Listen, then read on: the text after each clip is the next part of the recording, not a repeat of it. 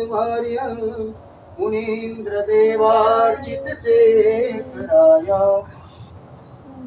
चन्द्रार्कवैश्वानरलोचनाय तस्मै नकार तस्मै बकाराय नमः शिवाय सूर्याय दक्षाय नमः वर्णासिकाय श्रीनीलकण्ठाय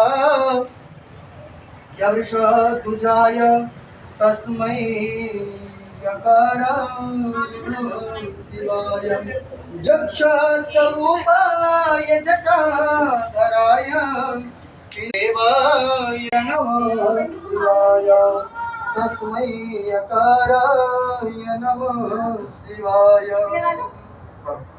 आगे चलिए गणपति।